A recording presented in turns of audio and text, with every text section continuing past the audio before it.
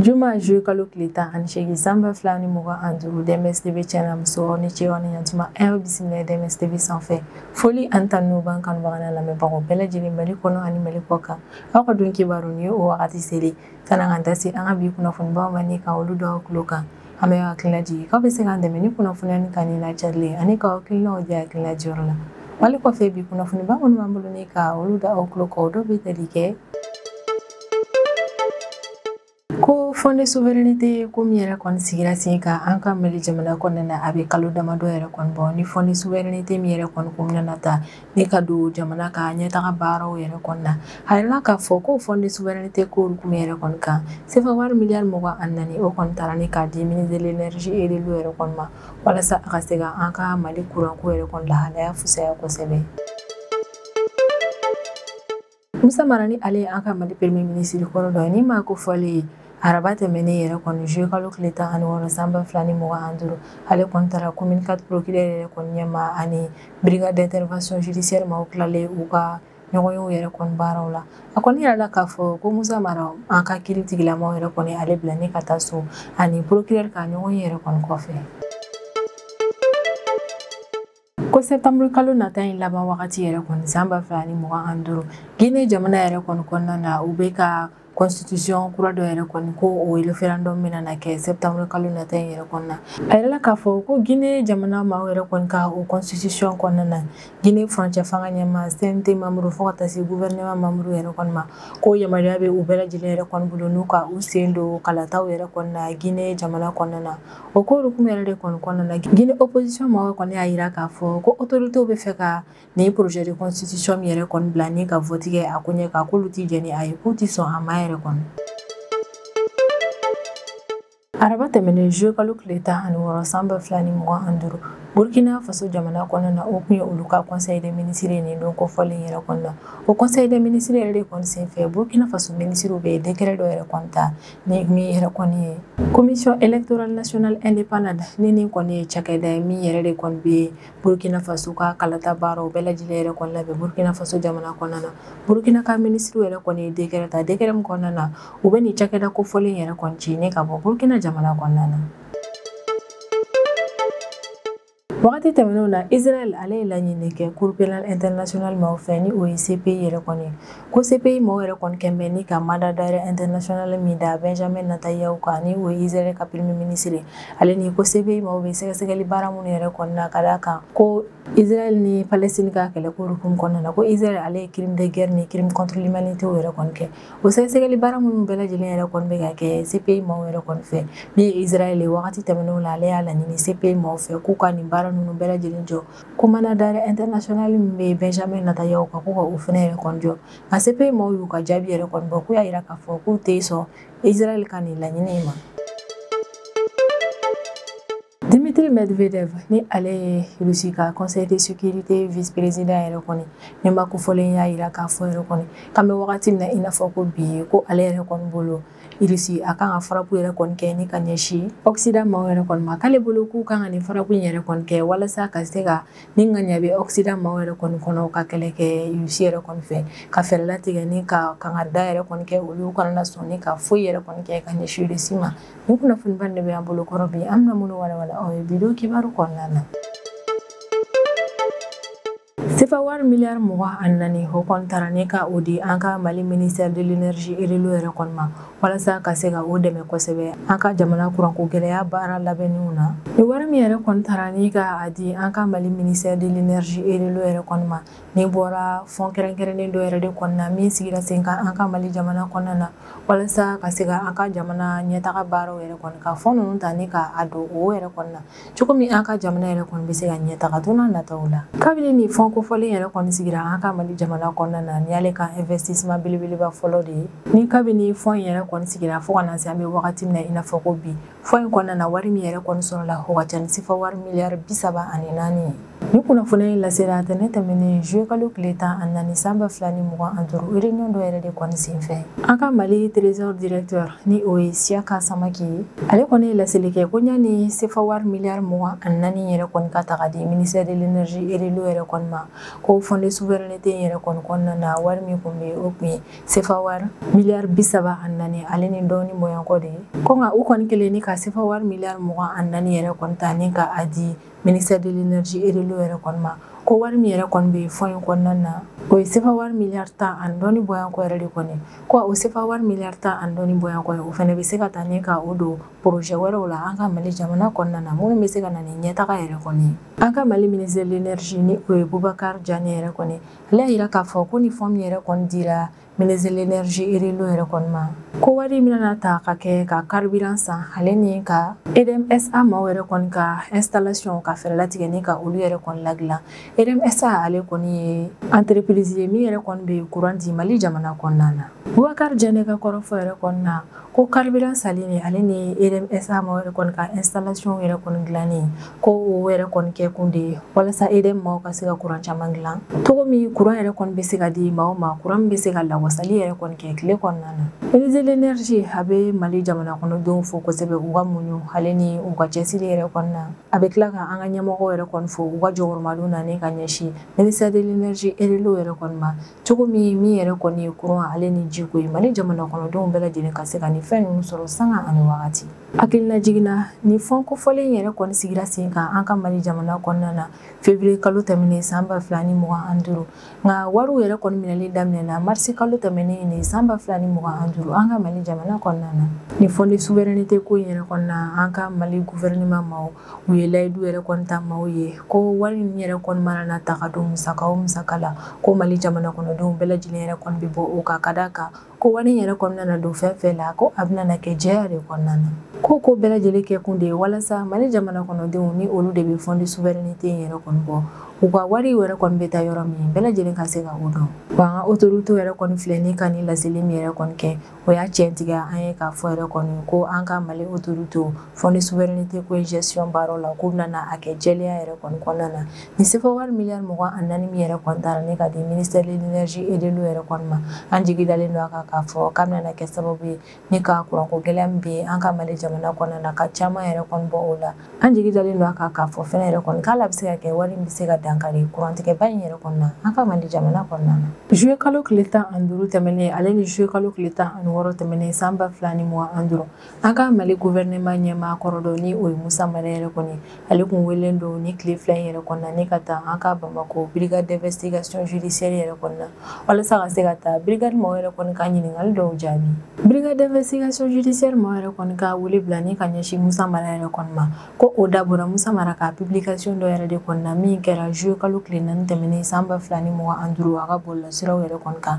publication min na an ka premier ministre kɔrɔ ale kun y'a jira k'a fɔ k'a taara visite yɛrɛ kɔni kɛ Rashbat Rose la vie chère Mamadou Detlewura ale ni an ka jamana détenu d'opinion caman Musa Mara y'a jira k'a fɔ k'a taara visite kɛ ni maa ninnu bɛɛ lajɛlen na ka so yɛrɛ kɔni kɔnɔna na a ka message yɛrɛ kɔni kɔnɔna na a ka bɔlɔlɔsiraw yɛrɛ kɔni kan an ka premier ministre kɔrɔ ale y'a jira k'a fɔ k'a ka jukɔrɔmadenw bɛ yen ninnu bɛɛ lajɛlen yɛrɛ kɔni o ko hukumu yɛrɛ de kɔni kɔnɔna na brigade d'investigation judiciaire ma olu kɔni ye a wele ni ka taa a ɲininkali dɔw yɛrɛ kɔni tɛ kun a la u ka yɔrɔ yɛrɛ kɔni na ko tarata tɛmɛnen juillet kalo tile 15 san 2025 Musa Mara ale ni brigade d'investigation judiciaire ma olu ye wagati min yɛrɛ kɔni kɛ kuma ɲɔgɔnya la o kun ka ca ni heure 3 ye o don yɛrɛ kɔni kun ye Musa Mara ka ɲininkali ko fɔlɔ yɛrɛ kɔni a tilalen o ɲininkali jaabiw yɛrɛ kɔni na an ka premier ministre kɔrɔ ale yɛrɛ kɔni labilala ne ka taa a ka so nka a yirala la k'a fɔ ko dugusajɛ ni o bɛ bɛn araba ma juillet kalo tile 16 san 2025 k'a ka se ko kura ye ne ka taa BJ maaw yɛrɛ kɔni ka yɔrɔ la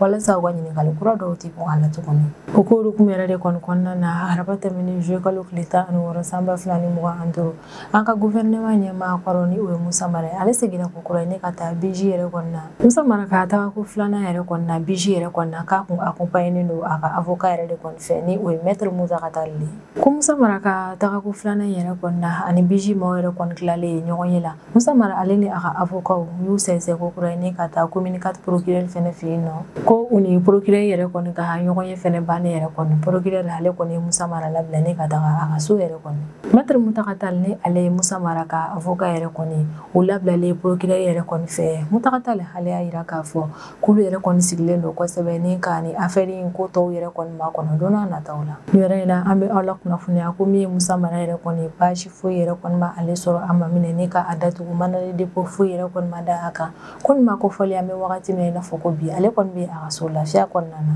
Musa Mara araba tɛmɛnen juillet kalo tile 16 san 2025 ale yɛrɛ kɔni labilalen procureur fɛ ni ma ko fɔlen kɔni y'a yira k'a fɔ ko heure caman yɛrɛ kɔni kumaɲɔgɔnya tɛmɛli ani procureur yɛrɛ kɔni ɲɔgɔn cɛ la ko u ye ale yɛrɛ kɔni labila ka taa a ka so a y'a yira k'a fɔ ko affaire yɛrɛ kɔni procédure ma ban ka da kan k'a ko tɔw yɛrɛ kɔni bɛ sen na an ka kiriko maaw yɛrɛ kɔni yɔrɔ la an ka premier ministre kɔrɔ ale y'a yira k'a fɔ k'a kɔni dalen don an ka Mali kiriko maaw yɛrɛ kɔni na kosɛbɛ k'alisa a b'a laɲini bɛɛ lajɛlen yɛrɛ kɔni fɛ k'an ka to basigi kɔnɔna na ko wa kɛrɛnkɛrɛnnenya la bɛɛ lajɛlen yɛrɛ kɔni ka fara ɲɔgɔn kan ni an ka to Ala kɔfɛ yɛrɛ kɔni sisan an bɛ tɛmɛ n'an ka jamana kɔfɛ kibaruyaw ye o kɔnɔna na an bɛ taa Guinée Conakry jamana kɔnɔna na tɛnɛ tɛmɛnen juillet kalo tile 14 san 2025 Guinée Conakry ka opposition maaw olu kɔni y'a yira k'a fɔ ko projet de constitution min yɛrɛ kɔni bɛ sen na Guinée autorité maaw yɛrɛ kɔni fɛ ni o référendum min nana kɛ septembre kalo laban in yɛrɛ kɔni na san 2025 k'olu opposition maaw Guinée Conakry jamana kɔnɔ na olu tɛ jɛni ni projet de constitution yɛrɛ kɔni ko u tɛ sɔn a ma cogoya si la yɛrɛ kɔni Guinée Conakry ka opposition ma nin yɛrɛ kɔni ka kɔrɔfɔ la ko Guinée ka frontière fanga ɲɛmaa ninnu yɛrɛ kɔni ni o ye finitigiw ye ko olu yɛrɛ kɔni bɛ ka projet de constitution kura min yɛrɛ kɔni sigi sen kan u bɛ fɛ ka ko in dafiri ni olu ye yɛrɛ de kɔni k'u bɛ ka dabɔ a kama yɛrɛ de kɔni walasa ka se ka yamaruya yɛrɛ kɔni di Général Mamadi Doumbia yɛrɛ kɔni ma a ka se ka kɛ candidat ye Guinée Conakry kalata nataw la Guinée Conakry force vive ni olu yɛrɛ kɔni ye jɛkulu ye min kɔnɔna na parti politique maaw syndicat fo ka taa se baɲumankɛ tɔn dɔw yɛrɛ de kɔni ma olu faralen don ɲɔgɔn kan ni ka kɛ nin jɛkulu yɛrɛ kɔni jɛkulu nin yɛrɛ kɔni ka laɲini yɛrɛ de kɔni ye min ye ko maa minnu yɛrɛ kɔni bɛ fanga la furancɛ fangaya yɛrɛ kɔni na Guinée Conakry jamana kɔnɔ na n'o ye finitigiw yɛrɛ kɔni o maa ninnu ka laɲini de ye ko finitigi ninnu ka taga ka bɔ yen yɛrɛ kɔni o force vive nin yɛrɛ de kɔni ye communiqué kɛ tɛnɛ tɛmɛnen juillet kalo tile 14 san 2025 communiqué min kɔnɔna na u y'a yira k'a fɔ ko Guinée autorité maaw yɛrɛ kɔni bɛ ka constitution kura min yɛrɛ kɔni bɔ sen na yɛrɛ kɔni ko olu ye o constitution yɛrɛ kɔni kɔnɔna jateminɛ k'u y'a ye k'a fɔ yɛrɛ kɔni transition charte min yɛrɛ kɔni bɛ kuma CNT furancɛ fanga ɲɛmaa fo ka taa se gouvernement membre ka candidature ko yɛrɛ kɔni ma kalataw la k'u y'a ye k'a fɔ o kuma in yɛrɛ kɔni tɛ constitution kura in kɔnɔna na min ye référendum min nana kɛ septembre kalo nata in na ko transition charte kɔrɔ in yɛrɛ kɔni kɔnɔna na min bɛ kuma candidature ko yɛrɛ kɔni kan ko o kɔnɔna na Guinée Conakry furancɛ fanga ɲɛmaa ale ni gouvernement maaw a kɔni k'u yiralen don o kɔnɔna na k'a fɔ ko ni kalata bɛ kɛ Guinée Conakry jamana kɔnɔna na ko maa ninnu tɛ se ka kɛ candidat ye o kalata in na ko nka olu y'a ye k'a fɔ constitution kura in kɔnɔna na Guinée Conakry furancɛ fanga ɲɛmaa maaw Guinée Conakry CNT maaw olu bɛ ka fɛɛrɛ latigɛ ni ka o yɔrɔ in yɛrɛ kɔni supprimer ni ka bɔ constitution kɔnɔna na ko depuis olu yɔrɔ yɛrɛ kɔni na olu force vive maaw kɔni y'a faamu k'a fɔ ko constitution kura min yɛrɛ kɔni bɛ ka ta Guinée autorité maaw yɛrɛ kɔni fɛ ko in ko kun kelenna kelen dɔrɔn de bɛ a la o ye ka Général Mamadi Doumbia ni o ye Guinée furancɛ fanga ɲɛmaa ye ka u ka laɲiniw yɛrɛ kɔni sabati cogo min kalata nataw la Guinée Conakry jamana kɔnɔna na o bɛ se ka kɛ candidat ye o kalata baaraw la force vive maaw yɛrɛ kɔni y'a yira k'a fɔ ko constitution kura in olu tɛ sɔn a ma yɛrɛ kɔni ko wa tile kelen da kelen u tɛ jɛn ni a ye a ka ta Guinée Conakry jamana kɔnɔna na kalo laban yɛrɛ kɔnɔna an y'a ye Guinée Conakry jamana yɛrɛ kɔni kɔnɔna na fanga min yɛrɛ kɔni bɛ yen nɔ olu ka baarakɛla dɔw kɔni y'a yira k'a fɔ ko olu ka laɲini yɛrɛ de kɔni Général Mamadi Doumbia ni kalata bɛ kɛ Guinée Conakry jamana kɔnɔna na o ka kɛ candidat ye o kalataw la o y'a yira k'a fɔ k'u bɛ Général Mamadi Doumbia yɛrɛ kɔni jukɔrɔma don a ka candidature ko baara in na hali n'a sɔrɔ président in yɛrɛ kɔni ale tun ye layidu ta a sigi wagati k'a tɛ kɛ candidat ye Guinée Conakry kalataw la ni projet de constitution kura ko min yɛrɛ kɔni bɛ sen na Guinée Conakry jamana kɔnɔna na ko o yirala Général Mamadi Doumbia yɛrɛ kɔni na juin kalo tile 26 tɛmɛnen nin san 2025 constitution kura yɛrɛ kɔni kɔnɔna na yɛlɛma wɛrɛ yɛrɛ kɔni kun bɛ ni o bɛ tali kɛ fɔlɔ Guinée Conakry jamana yɛrɛ kɔni kɔnɔna na président ale bɛ san 5 yɛrɛ de kɔni kɛ jamana ɲɛmaaya la o kun ye a ka mandat fɔlɔ yɛrɛ kɔni nka constitution kura yɛrɛ kɔni kɔnɔna na président ka mandat yɛrɛ kɔni bɛ bɔ san 5 kɔnɔna na ni ka taa bila san 7 yɛrɛ kɔnɔna na ko wa i bɛ se ka i présenter ko kura yɛrɛ kɔni nka i b'i présenter siɲɛ 1 dɔrɔn yɛrɛ de kɔni o b'a yira k'a fɔ ko maa kelen bɛ se ka mandat 2 dɔrɔn de kɛ président la Guinée Conakry jamana kɔnɔna na san 2021 wagati finitigi minnu yɛrɛ kɔni ye coup d'état kɛ Guinée Conakry jamana kɔnɔna na n'i ka fanga yɛrɛ kɔni minɛ o maa ninnu yɛrɛ kɔni sigilen fanga yɛrɛ kɔni na pression bonyanen u kan yɛrɛ kɔni u kun ye layidu yɛrɛ kɔni ta ko ɲani san 2024 laban yɛrɛ kɔni cɛ k'u bɛ référendum constitutionnel dɔ yɛrɛ kɔni kɛ walasa ka se ka fanga yɛrɛ kɔni di civiliw ma Guinée Conakry jamana kɔnɔna na nka u kun ye nin layidu min yɛrɛ kɔni ta ko layidu yɛrɛ kɔni ma bɔ a sira fɛ o k'olu kun yɛrɛ de kɔni na avril kalo tɛmɛnen daminɛ yɛrɛ kɔni na Guinée Conakry furancɛ fanga autorités kɔni ye laseli kɛ k'u bɛna constitution kura dɔ yɛrɛ kɔni voter référendum dɔ yɛrɛ kɔni senfɛ min bɛna kɛ septembre kalo tile 21 nata in na san 2025 Guinée Conakry jamana kɔnɔna na nka min ye Guinée Conakry force vive maaw ye u y'a yira k'a fɔ k'u tɛ sɔn ni constitution kura in ma k'u tɛ jɛn ni a ye tile 1 da 1 yɛrɛ kɔni ka da kan ko kabini olu ye constitution yɛrɛ kɔni olu y'a faamu k'a fɔ ko général Mamadi Doumbouya ale bɛ fɛ k'a ka laɲiniw yɛrɛ de kɔni sabati ni o ye ko kalata nataw la Guinée Conakry jamana kɔnɔna na a bɛ fɛ ka kɛ candidat ye o kalata baaraw la de araba tɛmɛnen juillet kalo tile 16 san 2025 o kun ye conseil des ministres ye Burkina Faso jamana kɔnɔna na o conseil des ministres de senfɛ Burkina Faso ka ministre olu bɛ décret dɔ yɛrɛ kɔni ta décret min bɛ tali kɛ ko commission électorale nationale indépendante ni ne ye cakɛda ye min yɛrɛ kɔni ka baara bɛn bɛ kalataw labɛnni na Burkina Faso jamana kɔnɔna na Burkina ka ministres yɛrɛ kɔni ye décision ta k'u bɛna na nin commission kofɔlen yɛrɛ kɔni ci ka bɔ yen nɔ Burkina présidence maaw yɛrɛ de kɔni ye nin communiqué yɛrɛ kɔni cari u ka bɔlɔsiraw yɛrɛ kɔni kan o y'a yira k'a fɔ ko Burkina ka ministres filɛ ni ka nin décret min yɛrɛ kɔni ta décret yɛrɛ kɔni bɛ tali kɛ Burkina ka autorité maaw bɛ fɛ ka na yɛlɛma ko kura minnu yɛrɛ kɔni don état kɔnɔna na ka o yɛlɛma kuraw yɛrɛ kɔni sabati ale ni u ka institution fɛnɛ kɔnɔna na u bɛ fɛ ka yɛlɛma dɔw fɛnɛ don o kɔnɔna na nin bɛɛ lajɛlen yɛrɛ kɔni bɛ tali kɛ o yɛlɛma ko baaraw hukumu kɔnɔna de la Burkina ka ministre de l'administration territoriale ni o ye Émilie Zerbo ye conseil des ministres senfɛ ale bɛ Burkina ka ministres yɛrɛ kɔni lakunnafoniya ko commission électorale nationale indépendante ni olu de ka baara bɛn bɛn kalata labɛnni baaraw yɛrɛ kɔnɔna na Burkina Faso jamana kɔnɔna na ko o maa ninnu san kɔnɔna na sefa wari miliyari kilancɛ yɛrɛ de kɔni kun bɛ di olu ma ka o kɛ olu ka budget yɛrɛ kɔni o y'a yira k'a fɔ ko transition charte ko min yɛrɛ kɔni bɛ sen na an bɛ wagati min na Burkina Faso jamana kɔnɔna na ko n'i ye o ta k'o lajɛ ko k'a ye fɛnɛ k'a fɔ yɛrɛ kɔni ko cakɛda bɛ Burkina Faso jamana kɔnɔna na minnu ka baara yɛrɛ kɔni bɛna na bɛn kalata labɛnni baaraw yɛrɛ kɔni ma k'i b'a dɔn k'a fɔ ko ninnu yɛrɛ kɔni dalakɛɲɛnen tɛ ni ɲɔgɔn ye k'o fɛnɛ tɛmɛlen yɛrɛ kɔni kɔfɛ n'i y'a ta k'a lajɛ commission yɛrɛ kɔni san kɔnɔna na ko wari min yɛrɛ kɔni fɛnɛ bɛ di a ma a wari bɛ se ka ta ka don musaka wɛrɛw la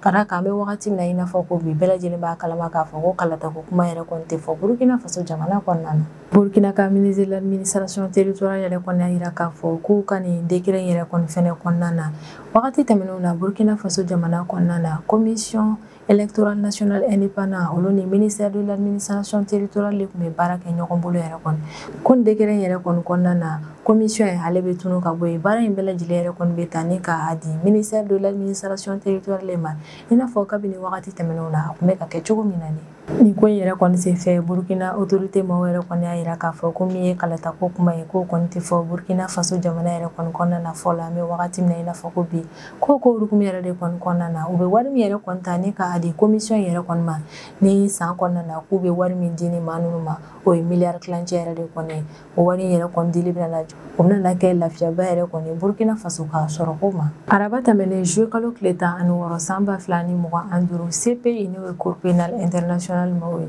olu kɔni ye décision dɔ yɛrɛ kɔni ta ni ka ɲɛsin Israël yɛrɛ kɔni ma wagati tɛmɛnenw na Israël maaw yɛrɛ kɔni kun ye laɲini kɛ ko CPI ale kan bɛ ni ka mandat d'arrêt international min yɛrɛ kɔni da Benjamin Netanyahu kan ni o ye Israël ka premier ministre ye k'a ni CPI ale bɛ ka sɛgɛsɛgɛli baara minnu yɛrɛ kɔni kɛ Israël kan ka d'a kan ko Israël ni Palestine ka kɛlɛ ko hukumu kɔnɔna na ko Israël ale ye crime de guerre ni crime contre l'humanité yɛrɛ kɔni kɛ Palestine yɛrɛ kɔni jamana kɔnɔna na ko CPI maaw yɛrɛ kɔni bɛ ka sɛgɛsɛgɛli baara minnu kɛ ni ko ɲɛ ko ka Israel ko laɲini kɛ CPI mɔgɔw fɛ ko ka o baaraw bɛɛ lajɛlen yɛrɛ kɔni jɔ. Mandataire international min bɛ Benjamin Netanyahu kan ko k'o mandataire fɛnɛ wuli ka bɔ nin maa kɔfɔlen in kan. O ko jaabi yɛrɛ kɔni na araba tɛmɛnen juillet kalo tile 16 san 2025 CPI mɔgɔw y'a yira k'a fɔ k'u tɛ sɔn Israel ka laɲini fila ninnu si ma. Israel man dɔrɔn laɲini CPI mɔgɔw yɛrɛ kɔni fɛ a y'a laɲini CPI mɔgɔw fɛ ko Benjamin Netanyahu fɛnɛ kɔfɛ yɛrɛ kɔni ko mandataire o bɛ Yoav Gallant yɛrɛ kɔni kan ni o ye Israel ka lafasali minisiri kɔrɔ yɛrɛ kɔni ko CPI kɛ mɛ ni ka mandataire international min daminɛ fɛnɛ kan ko ka mandataire international wuli ka bɔ ni maa kɔfɔlen in kan. Israel ye laɲini min yɛrɛ kɔni kɛ CPI mɔgɔw yɛrɛ kɔni fɛ walasa a ka o laɲini yɛrɛ kɔni ka sabati a ye argument dɔw yɛrɛ de kɔni fɔ k'a yira k'a fɔ yɛrɛ kɔni ko mɔgɔ faga minnu yɛrɛ kɔni kɛra Palestine mara yɛrɛ kɔni kɔnɔna na ko kiribulon tɛ CPI mɔgɔw yɛrɛ kɔni bolo minnu ka baara yɛrɛ kɔni bɛnnen don o mɔgɔ faga ninnu jugeli baaraw yɛrɛ kɔni na nka CPI mɔgɔw yɛrɛ kɔni y'a yira k'a fɔ ko o kuma in tɛ tiɲɛ ye. CPI mɔgɔw yɛrɛ kɔni ka kɔrɔfɔ la ko ni olu bɛ ka sɛgɛsɛgɛli baara yɛrɛ kɔni kɛ maa kan min b'a yira k'a fɔ yɛrɛ kɔni k'i crime de guerre walima crime contre l'humanité yɛrɛ kɔni kɛ ni ka ɲɛsin jamana wɛrɛ yɛrɛ kɔni ma ko lahalaya kelen min yɛrɛ kɔni kɔnɔna na o sɛgɛsɛgɛli baaraw bɛ se ka jɔ yɛrɛ kɔni o ye ni o État yɛrɛ kɔni nana ni dalilu ye minnu b'a yira k'a fɔ ko État wɛrɛ in taara plainte min yɛrɛ kɔni tigɛ a kama CPI mɔgɔw yɔrɔ la ko plainte yɛrɛ kɔni tɛ se ka labaara ka d'a kan ko in tɛ tiɲɛ ko Israel dun yɛrɛ kɔni mana ni dalilu foyi ye min y'a yir'u la k'a fɔ ko Palestine yɛrɛ kɔni taara nkalon d'a la. Israel maaw tun ye laɲini fɛnɛ kɛ CPI mɔgɔw yɛrɛ kɔni fɛ ko Palestine bɛna na ni dalilu ale ni jateminɛ minnu yɛrɛ kɔni minnu b'a yira k'a fɔ ko Israel ye crime de guerre ale ni crime contre l'humanité kɛ Palestine jamana kɔnɔna na. Israel tun ye laɲini kɛ CPI mɔgɔw fɛ k'u kana na sɔn Palestine ka na ni nin fɛnw ye nka CPI mɔgɔw ma sɔn o fɛnɛ ma o y'a yira k'a fɔ k'u bɛ Palestine mɔgɔw yɛrɛ kɔni ka fɛn ninnu bɛɛ lajɛlen minɛ. CPI mɔgɔw tilala k'a jɛya Israel yɛrɛ kɔni k'ala ma se dalilu wɛrɛw yɛrɛ kɔni kana di olu ma bilen kabini wagati min na i n'a fɔ ko bi dalilu dɔw yɛrɛ kɔni bɛ yen olu CPI mɔgɔw yɛrɛ kɔni bolo min bɛ olu bɔ yɛrɛ kɔni k'a ma se Palestine kana ni kuraye wɛrɛ yɛrɛ kɔni hakilina jiginna san 2021 marisi kalo tile 3 yɛrɛ kɔni CPI mɔgɔw olu ye sɛgɛsɛgɛli baaraw yɛrɛ kɔni daminɛ Palestine jamana kɔnɔna na Palestine ni Israel ka kɛlɛ ko hukumu kɔnɔna na nka kabini nin ko in yɛrɛ kɔni kɛra Israel ale y'a yira k'a fɔ ko CPI mɔgɔw yɛrɛ kɔni ko kiribulon tɛ u bolo ni kiribulon min yɛrɛ kɔni bɛ se ka ni affaire ko in yɛrɛ kɔni juger nka CPI mɔgɔw kɔni y'a yir'u la k'a fɔ ko kuma in tɛ tiɲɛ ye ko kiribulon bɛ olu bolo min bɛ se ka Israel ni Palestine ka affaire in kɔni juger o ko hukumu de ka san 2024 novembre kalo tile 21 CPI mɔgɔw olu ye mandataire international yɛrɛ kɔni da Benjamin Netanyahu ni ale Israel ka premier ministre ale ni Yoav Gallant ni o ye Israel ka lafasali minisiri kɔrɔ ye mandataire international bɛ ni maa fila ninnu kan bɛ wagati min na i n'a fɔ ko bi nka maa ninnu yɛrɛ kɔni tun bɛ ka essayer wagati laban in na ni ka mandataire international wuli ka bɔ u kan ale ni ko sɛgɛsɛgɛli baara min bɛ ka kɛ Israel ni Palestine ka kɛlɛ ko hukumu kan u tun bɛ fɛ ka o fɛnɛ jɔ nka Cour pénale international mɔgɔw y'a yira k'a fɔ k'u tɛ jɛn ni nin ko ye ko sɛgɛsɛgɛli baara in bɛ continuer wa mandataire international bɛ to Benjamin Netanyahu ni Yoav Gallant yɛrɛ kɔni kan. Kun alamisa juillet kalo tile 17 san 2025 Dimitri Medvedev ni ale ye Russie ka conseil de sécurité vice président ni maa kofɔlen kɔni y'a yira k'a fɔ ko Occident maaw bɛ ka kɛnɛ ka da kɛlɛ yɛrɛ de kɔni kɛ ni ka ɲɛsin Russie yɛrɛ kɔni ma ko ale yɛrɛ kɔni bolo ni ko yɛrɛ kɔni sera o yɔrɔ yɛrɛ kɔni ma a ka kan Russie ale fɛnɛ ka jaabi yɛrɛ kɔni kɛ ni ka ɲɛsin Occident maaw ma ko ni ko yɛrɛ kɔni dama tɛmɛna n'a sera yɔrɔ dɔw yɛrɛ kɔni ma Russie ale bɛ kangarida farapo kɛ ni ka ɲɛsin Occident jamanaw ma. Dimitri Medvedev yɛrɛ kɔni ka kɔrɔfɔ la ko comme Occident maaw bɛ ka kɛnɛ ka da kɛlɛ yɛrɛ de kɔni kɛ ni ka ɲɛsin Russie yɛrɛ kɔni ma k'ale tigiw dogo a ko yɛrɛ kɔni na bilen k'a ka kan yɛrɛ kɔni olu Russie fɛnɛ yɛrɛ kɔni ka u lafasa olu kan ka jaabi farimanba yɛrɛ de kɔni kɛ ni ka ɲɛsin Occident maaw ka nin kɛlɛɲini ma ko wa ni ko dama tɛmɛna n'a sera yɔrɔ dɔ yɛrɛ kɔni ma olu bɛ se ka fɛnɛ yɛrɛ kɔni ka kangarida farapo kɛ ni ka ɲɛsin Occident maaw ma walasa n'a ŋaniya yɛrɛ kɔni bɛ maa min kɔnɔna na ka kojugu kɛ ni ka ɲɛsin Russie yɛrɛ kɔni ma ne ye farapo in ye e ka i yɛrɛ minɛ o kojugu kɛli ma ka ɲɛsin Russie jamana ma. Dimitri Medvedev filɛ ni ka nin kuma min yɛrɛ kɔni fɔ o kɛra sababu ye ni ka diɲɛmaaw yɛrɛ kɔni bila fili la ka d'a kan dɔw yɛrɛ kɔni ka kɔrɔfɔ la ko Dimitri Medvedev yɔrɔ dɔw la a bɛ tasuma ɲaga yɔrɔ dɔw yɛrɛ kɔni na a bɛ tasuma faga fɛnɛ ka d'a kan wagati tɛmɛnenw yɛrɛ kɔni na Occidentaux ɲɛmaaw yɛrɛ kɔni y'a yira k'a fɔ k'a bɛ se ka kɛ yɛrɛ kɔni ko Russie ale bɛ attaque kɛ ni ka ɲɛsin Europe jamanaw yɛrɛ kɔni ma nka kabini nin kuma yɛrɛ kɔni bɔra Dimitri Medvedev ale yɛrɛ de kɔni bɔra ne ka kuma a y'a yira k'a fɔ ko Russie jamana ɲɛmaa n'o ye Vladimir Poutine ko kabini wagati janw yɛrɛ kɔnɔna na ko Vladimir Poutine y'a fɔ diɲɛmaa bɛɛ lajɛlen yɛrɛ kɔnɔna na k'an ŋaniya foyi tɛ ale kɔnɔ ni ka attaque kɛ ni ka ɲɛsin Europe jamanaw ma ko Vladimir Poutine y'a fɔ fɛnɛ k'ala ŋaniya tɛ Russie yɛrɛ kɔnɔna na k'a fɔ ko a bɛ kɛlɛ kɛ OTAN maaw yɛrɛ kɔni fɛ o wagati in na Dmitry Medvedev ale kɔni y'a yira k'a fɔ ko Occident maaw ka responsable minnu bɛ ka nin kuma ninnu yɛrɛ kɔni fɔ k'o ye manamanakanw yɛrɛ de kɔni nka ko alamisa tɛmɛnen juillet kalo tile 17 san 2025 o Dmitry Medvedev kelen in k'o yɛrɛ de kɔni tilala ka segin kokura ye ka n'a fɔ yɛrɛ kɔni ko min yɛrɛ kɔni ye Occident maaw ye k'olu ye kɛnɛ ka dan kɛlɛ yɛrɛ de kɔni kɛ ne ka ɲɛsin Russie yɛrɛ kɔni ma ko wa ni kow yɛrɛ kɔni tɛmɛn'u dan na k'a sera yɔrɔ dɔ yɛrɛ kɔni ma ko min ye Russie ye ale bɛ kangarida frappe kɛ ne ka ɲɛsin Occident maaw yɛrɛ kɔni ma